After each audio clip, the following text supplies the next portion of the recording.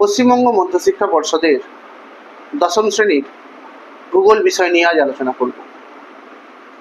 প্রথমে আমি তোমাদের জানিয়ে রাখি, এই ভূগোলের অধ্যায়ভিত্তিক কত নম্বর করে তোমাদের মাধ্যমিকে ফাইনাল পরীক্ষায় প্রশ্ন থাকবে।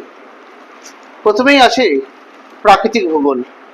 এই প্রাকৃতিক ভূগোলের মধ্যে অধ্যায় আছে তিনটি: বহির্জাত প্রক্রিয়া ও তাদের দ্বারা সৃষ্ট ভূমিরূপ, বায়ুমণ্ডল এবং বাড়িমণ্ডল। এই তিনটি অধ্যায় মিলিয়ে 6টা এমসিকিউ ভিত্তিক প্রশ্ন থাকবে, 9টা থাকবে অতি সংক্ষিপ্ত উত্তরধর্মী প্রশ্ন, 2 নম্বরের 2টি সংক্ষিপ্ত উত্তরধর্মী প্রশ্ন থাকবে। এছাড়াও 3 নম্বরের একটি সংক্ষিপ্ত ব্যাখ্যামূলক উত্তরধর্মী প্রশ্ন দেওয়া হবে, আর দীর্ঘ উত্তরধর্মী প্রশ্ন থাকবে 5 নম্বরের 2টি।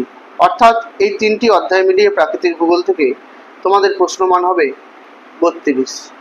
আর আজকে আমি তোমাদের এই প্রাকৃতিক ভূগোলের প্রথম যে অধ্যায়টি আছে, বহির্জাত প্রক্রিয়া ও তাদের দ্বারা সৃষ্ট ভূমিরূপ, এই অধ্যায়টি নিয়ে আলোচনা করব। পৃথিবী 2টি প্রক্রিয়ায় তার কার্যগুলি সংগঠিত করে থাকে। একটি অন্তর্জাত প্রক্রিয়া এবং অপরটি বহির্জাত প্রক্রিয়া।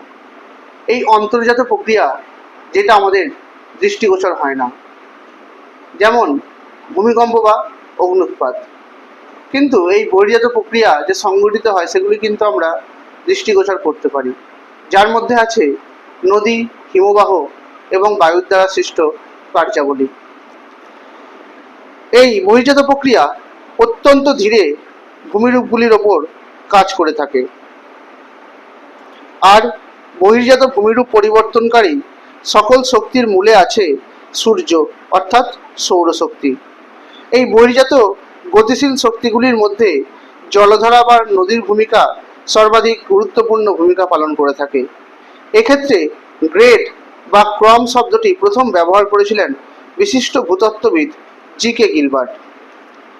এই পৃথিবীর ভিতরের শক্তি অর্থাৎ অন্তর্জাত শক্তি এবং বাইরের শক্তি অর্থাৎ বহির্জাত শক্তি দ্বারা ভূমিরূপের যে ভৌত রাসায়নিক পরিবর্তন এবং বিবর্তন সাধিত হয়ে থাকে, তাকেই এক কথায় বলা হয়ে থাকে ভূমিরূপ গঠনকারী প্রক্রিয়া। বহির্জাত প্রক্রিয়া বলতে ভূপৃষ্ঠের বিভিন্ন প্রাকৃতিক শক্তিগুলির মাধ্যমে যান্ত্রিক এবং রাসায়নিক পদ্ধতিতে অত্যন্ত ধীর গতিতে ভূপৃষ্ঠের বাইরের পরিবর্তনকেই বলা হয়ে থাকে বহির্জাত প্রক্রিয়া। আর অন্তর্জাত প্রক্রিয়া বলতে বোঝায় পৃথিবীর অভ্যন্তরের সংকোচন, প্রসারণ, উত্থান, নিমজ্জন, বিকৃতি ইত্যাদি প্রক্রিয়ার মাধ্যমে